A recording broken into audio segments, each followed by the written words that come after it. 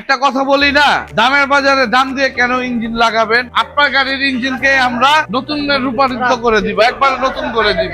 এই ইঞ্জিনের main point হচ্ছে এটাই ইঞ্জিন, বাকিগুলো আউটপার। এই ইঞ্জিনের ভিতরে পার্টস গুলা যা আছে সব আমরা চেঞ্জ করে নতুন করে আবার পার্ট দিয়ে দিব।